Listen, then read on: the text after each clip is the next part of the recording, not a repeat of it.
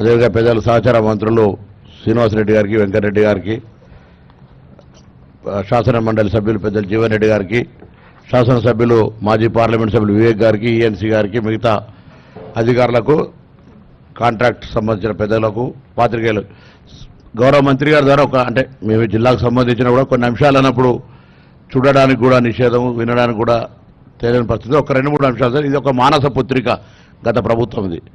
అసెంబ్లీలో power point presentation చేసి రిడిజైన్గా మార్చారు, మనకు ఎవరికప్పుడు అవకాశం లేకుండా.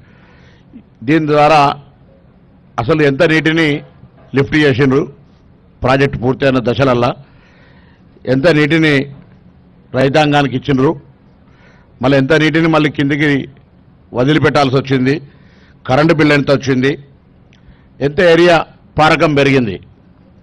దాంతోపాటుగా సాంకేతికంగా ఢిల్లీకి సంబంధించిన అశ్విన్ బందోద్యా వారు ఒక నివేదిక ఇచ్చినారని చెప్తా ఉన్నారు. సాంకేతికంగా ఇప్పుడున్న ప్రాజెక్టు పనిచేస్తుందా లేదా అని. పోలీస్ కుట్ర కేసులో స్పష్టంగా వాళ్ళు చెప్తా ఉన్నారు, దానికి సంబంధించిన బాంబు అటువంటి అవకాశమే లేదనేటువంటి నివేదిక ఎఫ్ఐఆర్ లోపల ఇచ్చినటువంటిది తప్పు. ఆ రోజు దృష్టి మరల్చడానికి ఆనాటి ప్రభుత్వం ఒక పిటిషన్ ఇప్పించింది. దాని తర్వాత ఎఫ్ఐఆర్ చేసిర్రు, జాగిలాలను పంపిర్రు, దాని తర్వాత ఫోరెన్సిక్ నిపుణులు తీసుకున్నారు, అన్ని రిపోర్ట్లు మొత్తం ఎవ్రీథింగ్ తీసుకొని ఇందులో అటువంటి కుట్రకోణం లేదు, బాంబులు పెట్టే పరిస్థితి లేదు, 10 టీఎంసీల నిల్లునంగల బాంబులు పెట్టేటువంటి ప్రతిభావంతులు ఈ దేశంలో లేరనేది స్పష్టం చేశారు. సో సాంకేతిక లోపం మళ్ళీ భవిష్యత్తు నిర్మాణం సంబంధించి మీరు గౌరవ పెద్దలు ప్రభుత్వం నిర్ణయం తీసుకుంటారు. కానీ ఇంతకుముందు చెప్పినట్టుగా ఈ ప్రాజెక్టుకు సంబంధించి మానస పుత్రిక మాకైతే సరే గౌరవ ప్రాజెక్టు చర్చ లేదని అడిగితే అది ఫ్లడ్ ఫ్లో కెనాల్ కింద వస్తుందని చెప్తాను, దీనికి సంబంధం లేదని. కానీ ఆనాడు అక్కడి నుంచి కూడా బస్సులు తీసుకొచ్చి దీని అంతా కూడా అంత టూరిజం అంతా మొత్తం ఒక పెద్ద వ్యవస్థగా మార్చారు కదా. ఇవాళ ఇది ఆ ప్రయోజనం లేనప్పుడు దానికి సంబంధించినటువంటి మానస పుత్రిక పరిస్థితి ఏంది భవిష్యత్తుకు సంబంధించి. ఇన్ని వందల కోట్ల రూపాయలు, లక్షల కోట్ల రూపాయలు ఖర్చు అయ్యేటువంటి పరిస్థితి, మన లక్షల కోట్ల అవన్నీ జరిగిందంటలేం.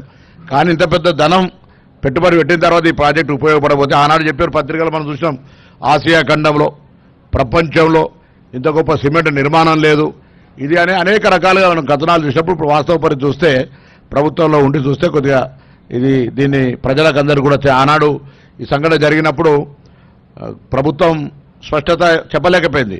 మనం మీరంతా కూడా మంత్రిగా, సంబంధిత శాఖ మంత్రిగా మీరు ఈరోజు ఒక పెద్ద కార్యక్రమం తీసుకొని వచ్చినారు. ఈ జిల్లా వాళ్ళంగా మేము కూడా భాగస్వాములే, మీరంతా కూడా ఒక నివేదిక, వాస్తవ నివేదిక తయారు చేసి గౌరవ ముఖ్యమంత్రి గారు కానీ ప్రభుత్వానికి ఇచ్చి దాని మీద ఎటువంటి భవిష్యత్ చర్య రైతాంగానికి ఏ విధంగా సరే గత ప్రభుత్వం తప్పు, గత ప్రభుత్వం సంబంధించిన జరిగినటువంటి వాస్తవాలు ప్రజలకు చెప్పడంతో పాటుగా భవిష్యత్తులో రైతాంగానికి మనం తీసుకునేటువంటి ఒక పాజిటివ్ అంశాలను కూడా దీనికి సంబంధించినటువంటి వాస్తవాలను చెప్పడంతో కార్యాచరణ తీసుకునేటువంటి జరగాలని నేను సందర్భంగా ఒక రైతాంగ పక్షాన్ని కోరుతూ ఇంకొక చిన్న అంశం సార్, ఇక్కడ ఈ ప్రాంతానికి సంబంధించి సరే శ్రీధర్ బాబు గారు వేరే కార్యక్రమం అయినప్పుడు ఇక్కడ ఒక పెద్ద సమస్య, ఆనాడు వెంకటస్వామి గారు పెద్దలు ఈ కార్యక్రమం రూపొందించినాడు, అంబేద్కర్ చేవేళ పెట్టినాడు. ఇప్పుడు ఇలా ముంపుకు సంబంధించి బ్యాక్ వాటర్కి సంబంధించి కూడా చాలా పెద్ద సమస్య ఉంది. మీకు ఇంతకుముందే పిటిషన్ కూడా ఇచ్చినారు. ఆ అంశం కూడా నష్టం ఆల్రెడీ భూసేకరణ జరిగింది, భూ నిర్వాసితుల ఇష్యూ అని పక్కన పెడితే ప్రాజెక్ట్ కట్టిన తర్వాత వెనుకకు వచ్చి ఎన్ని ఎకరాలు అవుతుంది ప్రకాష్ రెడ్డి, అదొక నష్టం మీద కూడా కొంచెం చర్య తీసుకోవాలని సందర్భంగా నేను కోరుతూ ఆ రోజు మరి 5 మే 2012 నాడు ఆ రోజు అశోక్ చవాన్ గారు, పవన్ బన్సాల్ గారు నీటిపారుదల మరి సిడబ్ల్యూసీ మంత్రి, వాటర్ దానికి సంబంధించి కేంద్రంలో కిరణ్ కుమార్ రెడ్డి గారు ముఖ్యమంత్రి, మేమంతా కూడా ఎంపీలంగా ఆ రోజు వాటర్ రిసోర్స్లో అగ్రిమెంట్లో ఉంటే మేము ఆ రోజు దాని తదుపరి ప్రభుత్వ నిర్ణయం 5వ తారీఖు 5వ నెల 2012 దాని తర్వాత జరిగినప్పుడు ఆ మీటింగ్ ప్రొసీడింగ్స్ కావచ్చు, తర్వాత ఇప్పుడు డేట్స్ ఇచ్చినారు కొన్ని డేట్స్, ఆ డేట్స్ ప్రొసీడింగ్స్ కూడా కొద్దిగా చూసి దయచేసి ఒక వాస్తవికాన్ని తెలంగాణ యావత్ ప్రజలు, ఎందుకంటే ఇంత పెద్ద ప్రజల ధనం, దీనికి సంబంధించి జరిగినటువంటి మంచి చెడు అన్ని కూడా చెప్పే ప్రయత్నం చేయాలని గౌరవ మంత్రి గారు విజ్ఞప్తి చేస్తాను.